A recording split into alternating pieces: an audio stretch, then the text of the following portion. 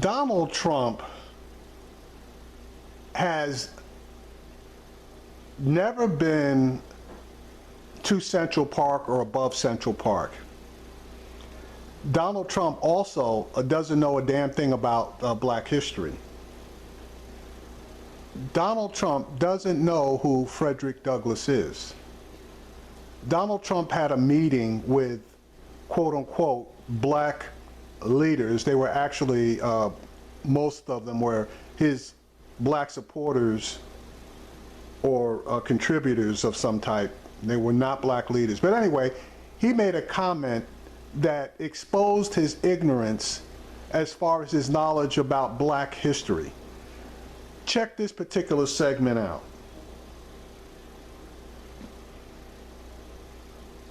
He's done an amazing job. We often hear President Donald Trump use that same phrase to compliment someone, but today was different as the president spoke about Frederick Douglass at an event to mark the start of Black History Month.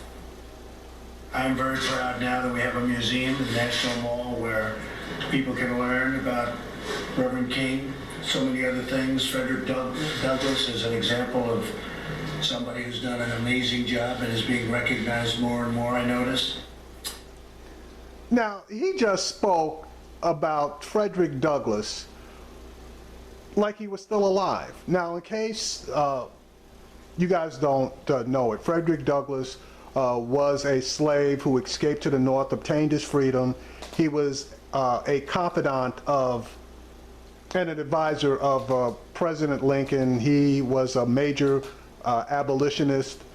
He built a house not too far from where the White House currently resides. He was probably the first black man that was invited to the White House and slept at the White House. He was also known to be a great orator, and he formed two newspapers that were highly successful. But he died in like the 1890s, I believe. So long dead. But Donald Trump was talking about him like he was still alive. And you just shake your head. Now, Sean Spicer basically does the same thing. He is asked a question about Trump's comments, and he, in my opinion, basically talks about Frederick Douglass as though he was still alive. Check this out. Later, White House Press Secretary Sean Spicer was asked to clarify that position. Today he made the comment about Frederick Douglass being recognized more and more. Do you have any idea what specifically he was referring to? Well, I think there's contribution. I think he wants to highlight the contributions that he has made. And I think through a lot of the actions and statements that he's going to make, I think the contributions of Frederick Douglass will become more and more. Okay, he just said through the actions and statements that he's going to make, Frederick Douglass is going to be recognized more and more. Frederick Douglass can't take any more actions unless he's going to get up out of the ground or communicate telepathically to people. So he didn't know who Frederick Douglass was. That is a damn shame. Well, that clears it up. Eugene Robinson's still with us, at least we hope, in Washington. Eugene, what was going on there? What do you think we just witnessed? Well, it was amazing, Brian, and not in a good way. Frederick Douglass, for those who don't know, who died in 1895. Right, who died in 1895, was the best known and most influential African American of the 19th century. Born a slave, he escaped to freedom and became a towering abolitionist. He was Abraham Lincoln's conscience when it came to the issue of slavery. He was a great orator. He founded two newspapers, the better known of which is the North Star. He was an amazing figure whose grand and stately house in Washington is only about 15 minutes away from the White House, and the president ought to drop by sometime. I'd be happy to show him around. Allie, you and I noticed the same thing on social media, which is why we ought to be separated. Yale University Press went on Twitter, and kudos to Yale University Press for saying to people, if you want to read more about him, our biography will say about the amazing job he's done. I mean, if you drive up 8th Avenue in New York, when you get to Central Park, it becomes Central Park West, and when you get to 110th Street, when the park ends, it's Frederick Douglass Boulevard.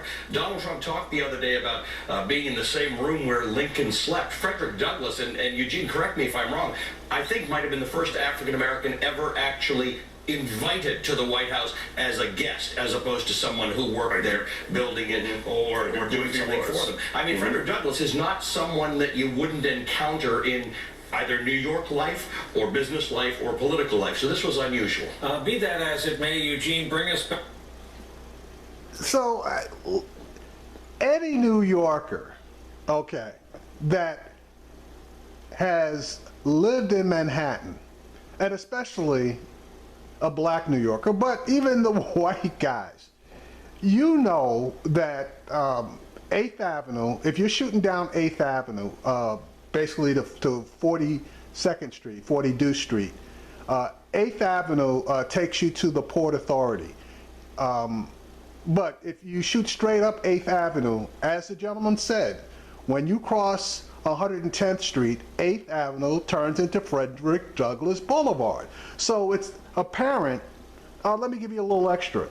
8th Avenue, once it hits Central Park, becomes Central Park West. And that's supposedly, it's world famous Central Park West. A lot of really super expensive real estate, Central Park West, because of the view of the park.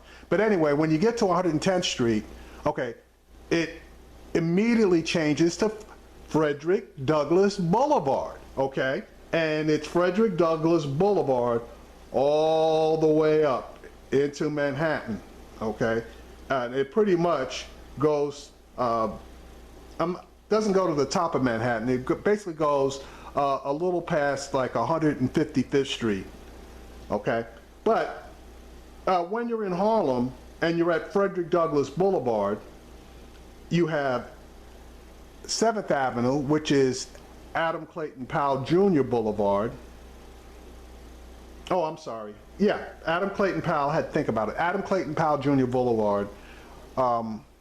Yeah, that's right. Yeah, because my church was there. And if you come down to the next main drag, which would be 6th Avenue, that's Malcolm X Boulevard. Now, all the 6th Avenue and 7th Avenue get cut off by the park. So if you're coming from like Midtown, coming up 7th Avenue or 6th Avenue, now they're one-way streets. So when I say coming up, I'm saying going in that direction. You got to hit Central Park. The park cuts off the avenues. You got to go all the way to the other side of the park to pick up the avenues, which at that point, their names change to Adam Clayton Powell Jr. Boulevard and Malcolm X Boulevard. And when you get up to 125th Street, well, everybody knows 125th Street, pretty much, it's world famous. But the other name for 125th Street is Dr. Martin Luther King Jr. Boulevard. You just got a geography lesson for the streets that are the major thoroughfares coming up through Harlem.